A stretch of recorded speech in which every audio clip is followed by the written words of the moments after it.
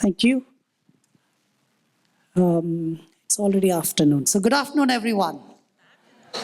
Good afternoon. It's such a joy to be here with you all. And thank you, Pastor, for the opportunity to minister at this church. And it's really wonderful to see so many Lithuanians worshiping the Lord in spirit and in truth. You know, I heard that Lithuanians normally don't smile much. And that was what I heard when I was in Vilnius. Is that true or false? False. Yeah, and it is. After coming here, it is false, actually, Yeah, but, sometimes people can be very, very serious. And I love humor. I love to smile, laugh. They say that it takes more muscles to be angry than to smile. So if you're smiling, then you are doing a good job. And I'm from India, and I'm just on a short trip this season. I was actually mainly in Scotland teaching at the School of Worship.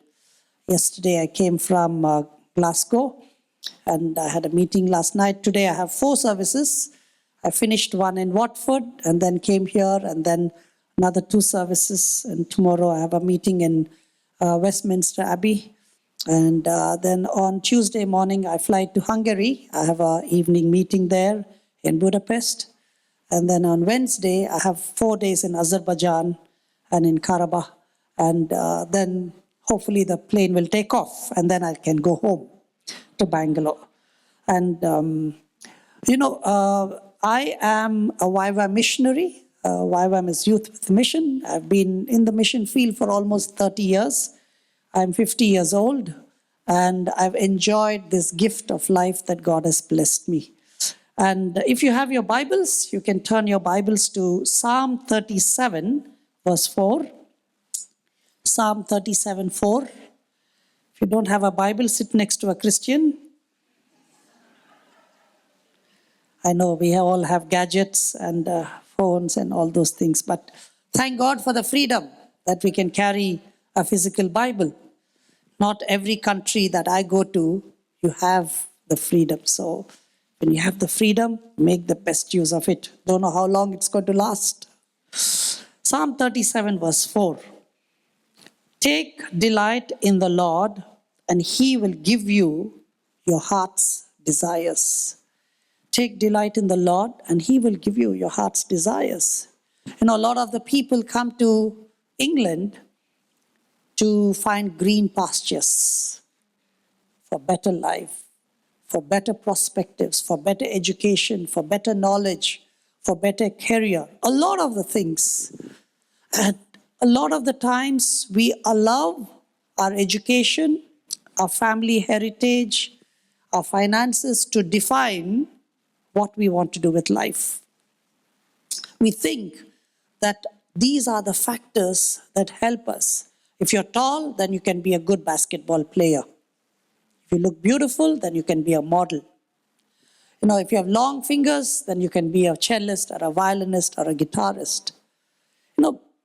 That is the world's definition of looking at things. But what is God's role in shaping our dreams, is my question. A lot of the times we come to a point of crisis, and then we say, God, here I am, use me, do something with my life. But, God's standards are very, very different to ours. Very different. And I'll tell you my story. And when I look at this scripture, this verse, many times people tell me, Benny, this verse is fulfilled in your life. Because I have seen great success in my life as a traveler, as a musician, as a preacher, as a motivational speaker. Everywhere I have seen success in my life in the last 30 years. But that was not the same before. What people told me has just been the opposite of my achievements. I was born to an amazing family. My father is an aerospace scientist.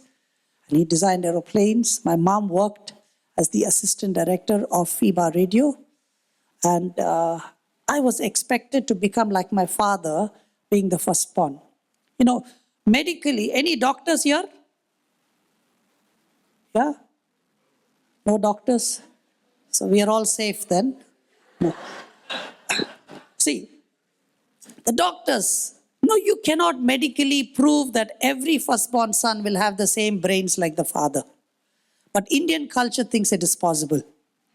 And I was pushed to becoming like my father. But I am not. I'm not created to be a scientist. But that is what the culture requires. Thank God I did not become a scientist. If I became a scientist, none of the satellites would have reached its destination, actually.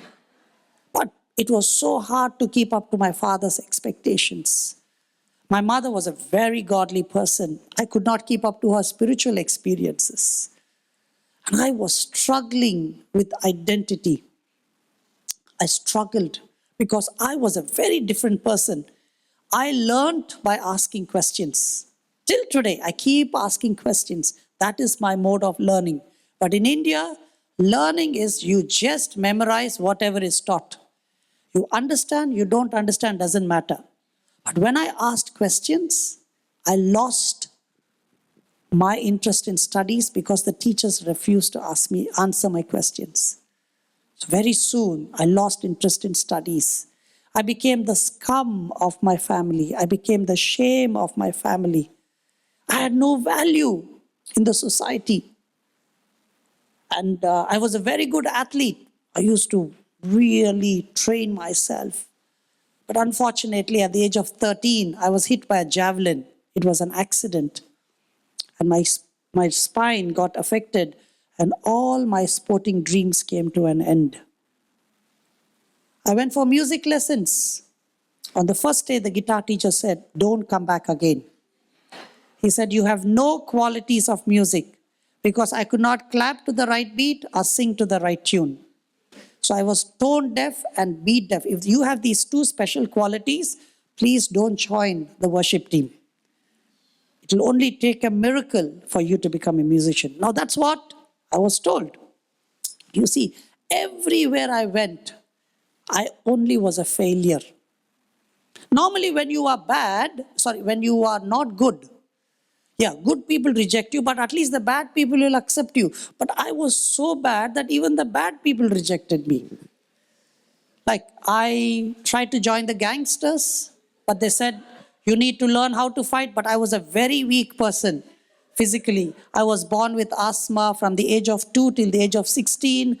I was on wrong medication. And as a result of that, 60% of my lungs got damaged. My immune system broke down and I developed rheumatoid arthritis. So I was physically very weak. First time when I came to London, it was in the year 1999. My waist size and my age was same. I had to go to kid shop to buy my clothes. I was 24 because my size was not available in the adult shop. I was very, very skinny. So the gangsters, they said, you can't be part of us. Then I tried to join the alcoholics. But then the smell of alcohol would trigger my asthma. So they said, you cannot be part of us. And the last group that was left was the smokers. And I tried to join the smokers, but with 40% lungs, I can't even breathe properly. So I cannot smoke. So nobody wanted me. Everybody rejected. I don't know if there's anyone here who's sitting here and you feel like you have no place on this earth. You feel rejected. You have come to the end of the rope. I was in that place.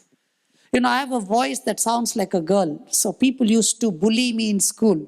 They used to laugh at me, make fun of me. So I would not speak in public.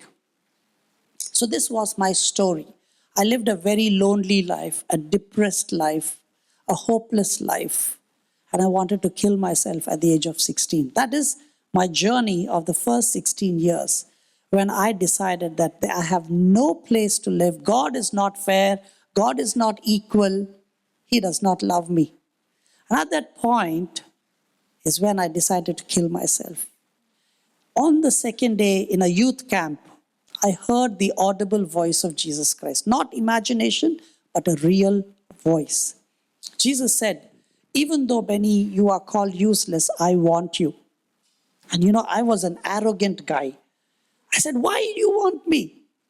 What do you get out of me? Have you seen anywhere in the university failures wanted, immediately apply? No.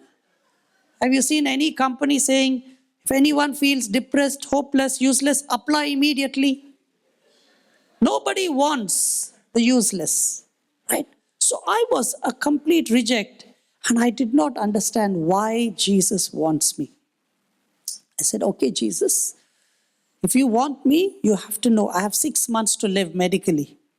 I have no health, no education, because I've not even finished my 10th standard. So no education, no health, no talents, nothing. He said, come as you are. I said, okay, I have nothing to lose because I've reached the rock bottom part of my life. So I started off my journey from there. Gave my life to Jesus at 17. Went to Bible college to become a theologian. And I said, God, I come as an underdog. I come with no proper language. I studied in a Hindi medium school. English was just the subject. Everything else was in Hindi. So I had to learn how to communicate in English. I had to learn how to excel. And I said, God, I am weak, but I need your strength. There was a verse in the Bible, James 1:5. If anyone lacks wisdom, ask, and God will graciously, abundantly grant you without finding fault. I did not even understand the background of this verse, but I said, God, I need this wisdom. God did a miracle. I became passionate in studying. I did so well that I got A+ in all the years. I got a double promotion. From first year, I went directly to third year. I got 100% in Hebrew. And one day my principal calls my mother and says, we have a problem with your son. And my mother said, we have always had problem with our son. So what is his problem? And my principal said, your son is studying too much. Can you please tell him to slow down because we are not able to catch up? And when my mother heard that, for her it was like, my son never had this problem before. It was always, I was with a cane. I was constantly being told to study. And here I am in the hostel, nobody to tell me to study. But you see, when the transforming power of Jesus Christ came into my life, my old went and my new came in. And that's what I want to encourage each one of you friends, is that God has a plan for you and for your family. Regardless of where we have started, our journey matters. Don't care about the starting point. What matters is today and your future. So I started off my journey with Jesus and became a missionary with Youth with a Mission. But there was this one verse. Take delight in the Lord and He will give you the desires of your heart. Now, I did not understand the part, take delight in the Lord. It's a little confusing and complicated. Let us take something that we like. He will give you the desires of your heart. So, especially if you come from a Pentecostal church, naming and claiming is part of our menu, our diet. Everything we see, God, I claim this car, I claim this building, I claim this job, I claim. We keep on claiming. And we claim. And some testimonies you hear, and you say, wow, that is the thing I want to claim. No. Desire comes later. First thing comes the delight part. He will give you the desires of your heart is the promise. But with every promise, there's a command. Without the command, you can't. Now you want to get into the tube. The command is you have to swipe your card, Oyster card. Then the gates will open. You can't just stand there and saying, I'm from the Lithuanian church. Open. No, nothing will open. Nothing is going to change. You can quote 100 scriptures. No, the command is the right thing. So, friends, in order for us to enjoy the blessings of God, make sure that you follow the commands. Jesus said, if you love me, you will keep my commands. Very important. So what does it mean to take delight in the Lord? What does it mean? And for me, when I gave my life to Jesus and I joined as a YWAM missionary. In YWAM, I don't know if you know about Youth with a Mission. It's an amazing organization where nobody gets a salary. We all live by faith. We trust the Lord. By the way, we all need faith. If you're working for British Railways, you need to have faith that at the end of the month they will pay you. If you have a bank account, you need to have faith that the bank will not use your money and say we are bankrupt. No, there is a level of faith that is operational. Sometimes it's tangible, sometimes it's invisible. But we all have faith. And like the aeroplane, when you take off, you need to have faith. Well, you have no choice. You have to trust. I remember once I was flying from Cincinnati to Paris, and I was upgraded to business class. There was a Korean fashion designer sitting next to me, and I wished her, and she wished me, and then I slept. See, for me, I can sleep in the aeroplane perfectly. Any position, any condition, in any situation, I can sleep. Any position. And after 9 hours, we got up for breakfast. And I said, good morning. She said, good morning. And this was a flat bed, so you better sleep. And I said, how was your sleep? She says, 5 or 10 minutes. She says, I said, that's all. And she said, I saw you slept so well. Yes, I sleep so well. I said, why 5 or 10 minutes you slept? She said, I was so worried. What if there's a turbulence? I said, if there's a turbulence just because you're awake, do you think the plane is safe? What can you do? You can't do anything. She says, oh, you're right. But what if the plane crashes? I said, if the plane crashes, at least sleep and die. This is not the way to die, right? You know, how many times we worry with zero power to make changes, right? So for me, I have learned to surrender my will, my future into the hands of the Lord. I will not allow the news to define whether God is still in control or no, right? So I learned to delight in the Lord even with my future. So when I gave my life to Jesus and I came to YWAM, I asked Jesus, what is your will for my life? Because today when people look at me, you see, I designed the world's first guitar with drums inside in 2004 for the Olympics. But I was thrown out of school. I was thrown out of my music class on the first day. But when Jesus transformed my life, He transformed my musical abilities. And I could design and I could do something marvelous. And when people ask me, how could you do this? I'm able to share my testimony about how Jesus transformed my life. 1996, I applied for my UK visa to come and work with London City Missions. And they rejected me twice because they said, we are not sure if you're going to come back to India or no. A very genuine question, actually. You know, because what's the proof? I don't have anything. So, you know, from a worldly point, I am not equipped to travel. I don't have adequate, I didn't even have a bank account. You see, from an earthly point, this is what the report is. But when you delight in the Lord, the story changes, the narrative changes. So today I've traveled so much is because of this one verse. And I want to challenge you, friends. The word delight. Now, by the way, this psalm is written by David. The background of the psalm is the age-old question, why do righteous people suffer and wicked people prosper? In the midst of that, David brings this beautiful psalm. Take delight in the Lord, and He will grant you the desires of your heart. The word delight. Now, delight in Hebrew is anag. Anag means something that is soft, delicate, like, for example, like the clay.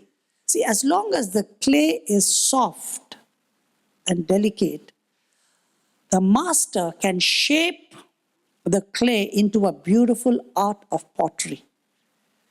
So to take delight in the Lord is to find your joy in Yahweh being the source rather than just the blessings. To take delight in the Lord is making God the master of your life. Your joy will be complete in Him. Your joy is grounded in Him for the sovereignty that He has, not just the blessings. If you are going to only delight in the Lord for a good job, for good marks in your studies, for a good seat in your university, then anyone can offer you that. You don't need Jesus only. There are enough rich people to help you find good jobs. So what is the role of Jesus? You know, your Christianity, your faith comes to light that when in the darkest time you are still willing to hold on to Jesus. In the most difficult time, you still find Jesus as your relevant Savior. So, to delight oneself is to discover your joy in Yahweh being the source. Now, delight precedes desires, which means delight comes first, then comes the desires. Not many times what we do, we put our desires in front of God. Say, God, I want to go to America. God, I want a job as an air hostess. God, I want an NHS job. God, I want a permanent job. No, we put our desires and then we expect God to stamp His approval. And sometimes we try to blackmail God. Say, God, if you give me this job, 2 months of my salary, I'll give full to the church. I will come 1 hour early to clean up the church. I will attend all the 3 services. You know, we are just, or sometimes we threaten God. We blackmail God saying, God, if you don't give me this job, then you don't know what I'm going to do. You know, it is delighting in God is not that. It is literally you are surrendering your will into His hands. It is not you coming up with an idea and God stamping His approval. In fact, when your joy is grounded in Yahweh, then He shapes your desires. You see, when your joy is in the sovereignty of God, He will shape your desires. It is not He approving your desires, but He shaping your desires.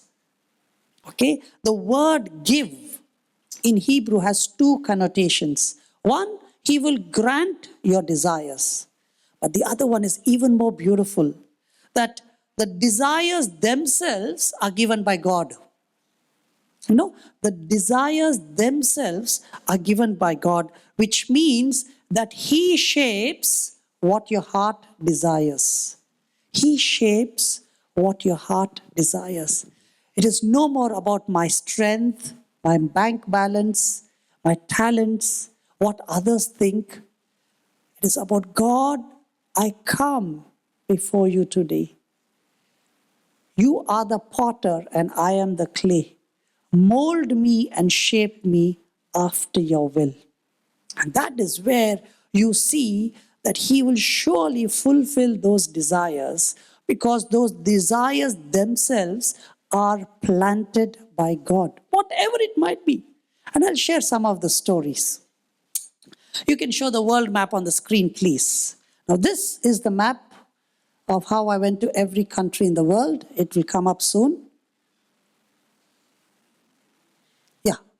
Oh, I can see it here, but I can't see it. Okay, there it is. So this is not British Airways. This is how I travel to every country in the world.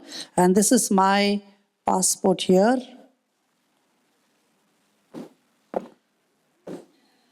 So this is my Indian passport.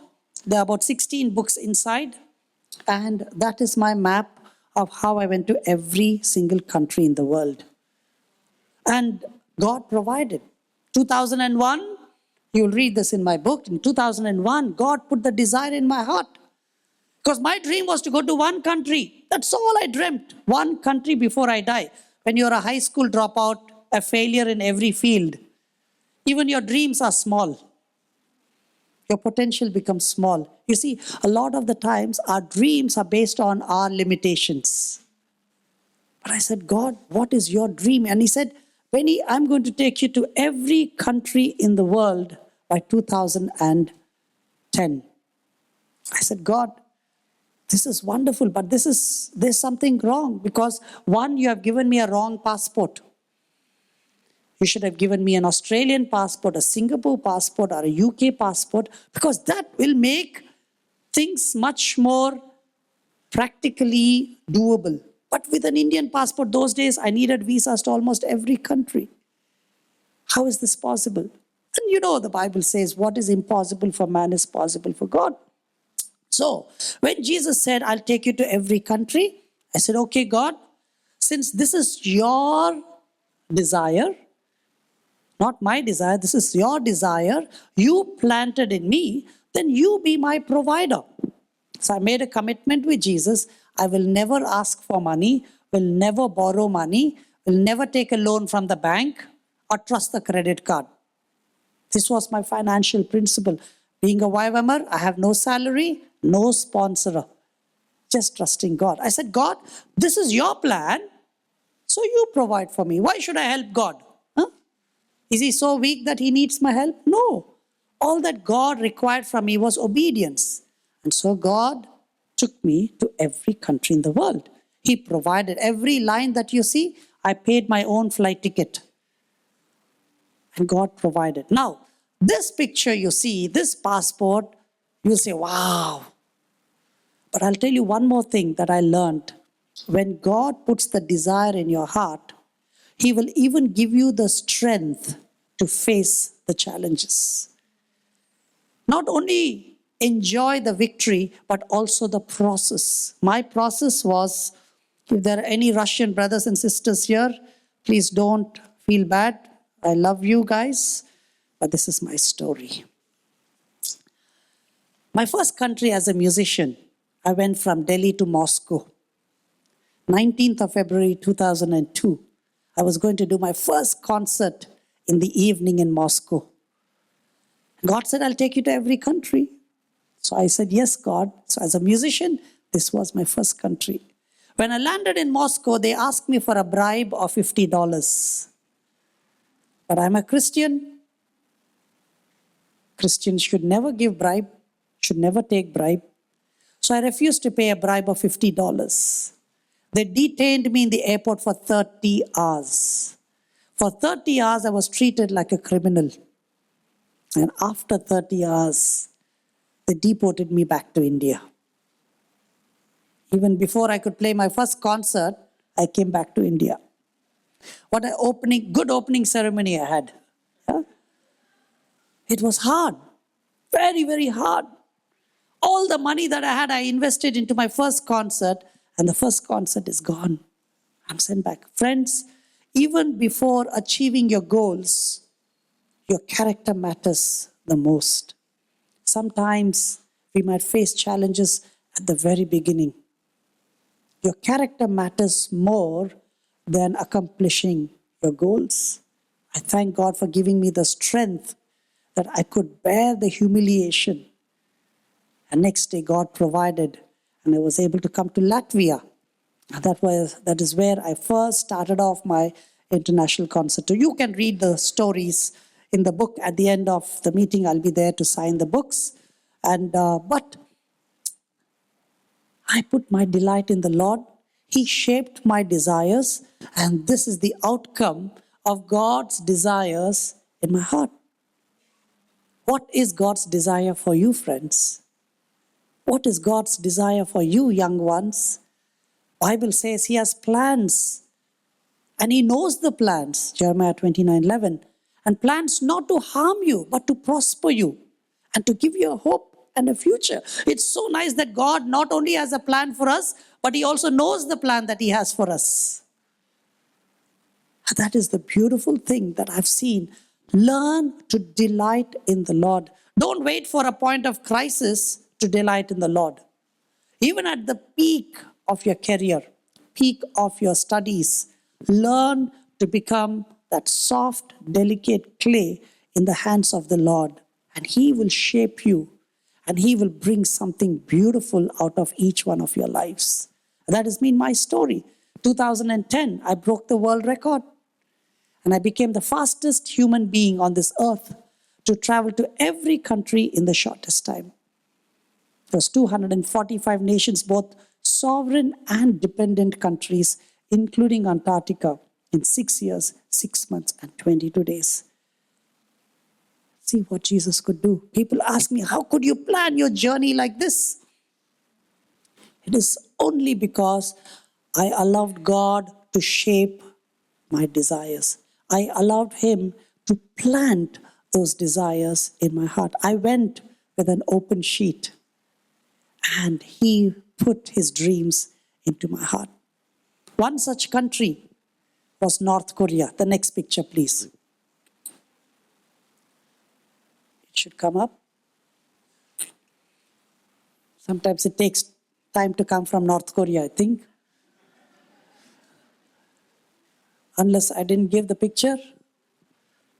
Oh, there it is. No, you have skipped the picture. Go to earlier picture, please.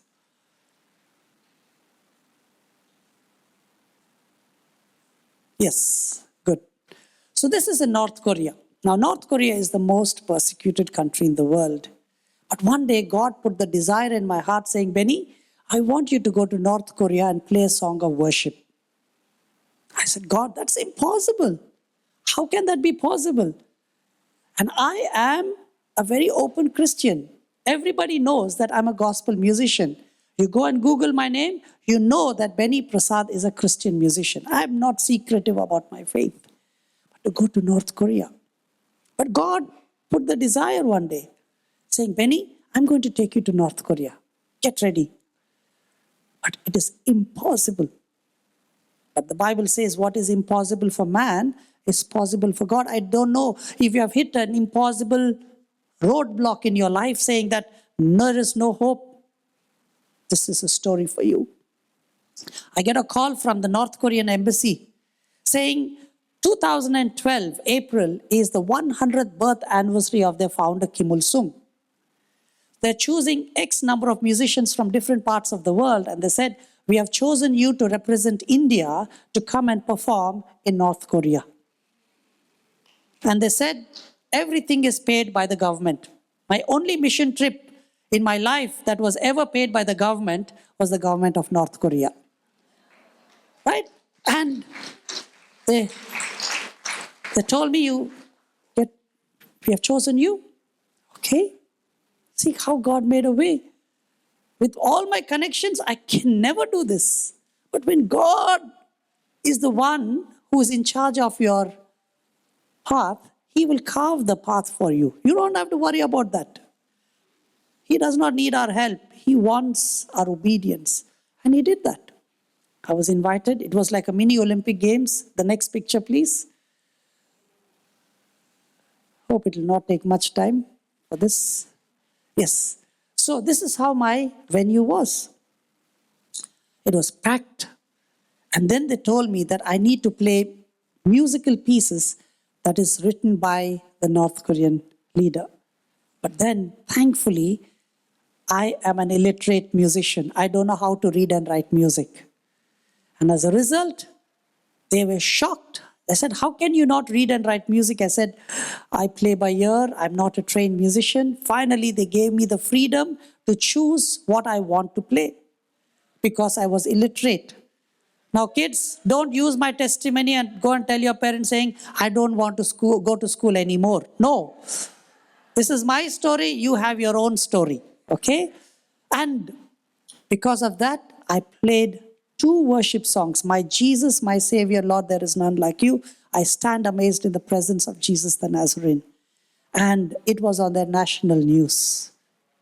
God can do the most impossible miracles in our lives. But learn to allow Him to shape it. Not you having your desires and asking God to stamp the approval. I want to close with a couple of stories. I'm a storyteller, you know. The next picture, please.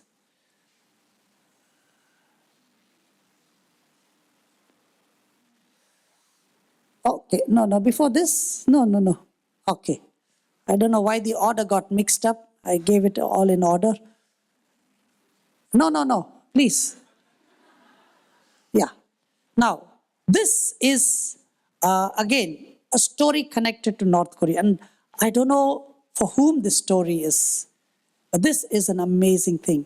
I finished traveling to every country. One country was left, that was Pakistan. Now, God put the desire to go to every nation, but going to Pakistan was impossible for an Indian because of our political problems. I tried everything possible, nothing. By now, I'm an expert traveler, but no hope. I made 334 phone calls in 4 days to the Ministry of Interior, and every call was rejected. They said only 2 ways you can get to Pakistan. One, if you have a blood relative. Two, if the government of Pakistan invites you. Now, I am a proper South Indian, so there is zero Pakistani blood in me. The only way is if the government invites me. But how? How can the government invite me when there is so much of enmity between the two countries? It was very hard. But God put the desire. Because He planted the desire, it is His responsibility to shape the desire and provide. But I tried everything. Every door was closed. God said, by 2010, I'll take you to every country. I've reached 2010.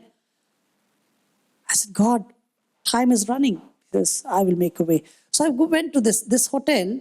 This is in North Korea. It's a hotel called Yanggakdo. And it's a 43-story hotel. And I take the lift and I come out of the 32nd floor.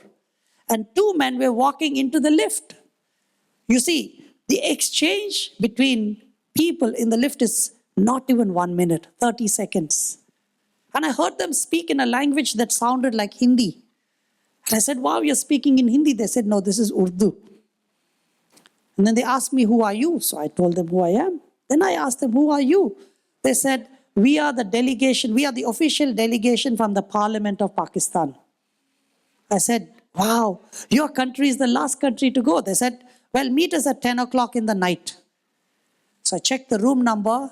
When I checked, it was diagonally opposite to my room.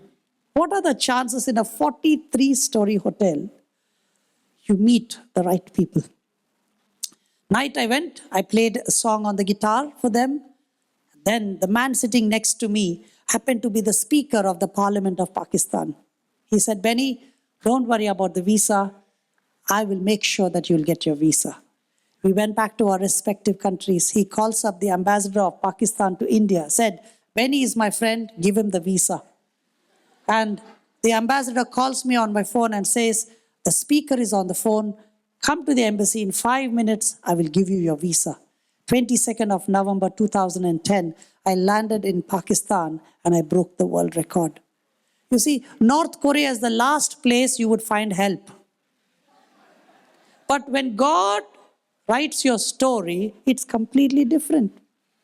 It's very different. That's why His ways are higher than our ways. His thoughts are higher than our thoughts. Who would have ever thought that North Korea would be the point where God would help me find Pakistani officials? Completely unplanned, unexpected. That's why I don't call it coincidence. I call it God incidents. I don't know where you are at with your journey, whether it's to do with your job, your marriage, your plans, your studies, your future. I don't know what it is. But one thing I know for sure, my dear friends, He who began a good work in you is faithful to complete it. And that has been my journey. He was so faithful in taking me to the most impossible countries. Countries that are dangerous, countries that are risky. He provided. When you read the story on Somalia in my book, that is just amazing of how God provided the contact while I was flying in the plane. I want to encourage you, hold on to Him. The last picture, please. And then I need a stand for playing the pan flute. A microphone stand, please. Now this is the cafe that my wife and we run. We call it Chai 316. It's a 400-seater cafe. After I came back to India, the Lord said, Benny, I want you to go and build a 400-seater cafe. This is a 4-story building. And I said, God, where will I get the money? He said, I will provide for you. And that's it. God provided all the money. The building was $1 million. And I said, God, that's a lot of zeros. Where? How? I'm a Viva missionary. He says, use your CDs as your tool, and I will bless your CDs. But I said, CDs are outdated. By 2013, nobody was buying. I said, this is a wrong business idea. And then he says, don't put a price for the CDs, let people decide the price. I said, now it is completely wrong. God, I come from India, anything that is free, we take it very seriously. Are you sure that a method like this would work? Well, anywhere in the world, you put free CDs, is free, right? But I trusted the Lord. I obeyed him, even though it sounded so foolish. Bible says, trust in the Lord with all your heart and lean not on your own understanding. It's not easy, right? The more experienced you are, the more intelligent you are, the more we want to use our experience, our intellect to define the results. But I learned to trust in the Lord. And in 2 years, $1 million came from CD sales. And God did the miracle. Here in the center, every week, we rescue one young boy or a girl who is at the verge of committing suicide with counseling. If God can do that with a high school dropout, with no future, with 6 months to live, I believe that God can do incredible things with each one of your life, young and old. All that it takes is for you to delight in him, become soft and delicate in his hands. Allow him to shape it, and he will mold it. Let's bring the mic, please. I want to play a song on the pan flute. And this is, again, an instrument I could never play because of my lungs. 2012, I was invited for the Paralympic Games in London. And then God told me, pick up the pan flute. I said, how can I play the pan flute, God, when I only have 40% lungs? Jesus said, I will do a miracle for your lungs. But I said, but I can't even breathe properly, constantly on oxygen. How can I play? He said, if I can use 5 loaves of bread and 2 fish to feed 5,000, I can also use 40% lungs to play the pan flute. So ever since then, I stopped giving ideas to God how to do a miracle. And I picked up the pan flute. I bought the pan flute. I prayed. And in 6 days, I learned this instrument. And within a month's time, I ended up playing at the Paralympic Games. And after a year, a medical doctor came and he said, Benny, I believe that God is going to heal your lungs. He prayed for me. He did a medical checkup. In the evening, the reports came and he said, Benny, you are a chronic asthmatic patient. I said, doctor, without the report, I can tell you that. And then he said, but your lungs have regrown from 40% to 95%. God does miracles and he will do it in his time. So enjoy this beautiful song, My Tribute to God Be the Glory. Okay.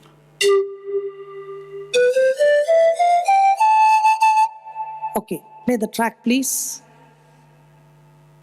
My Tribute.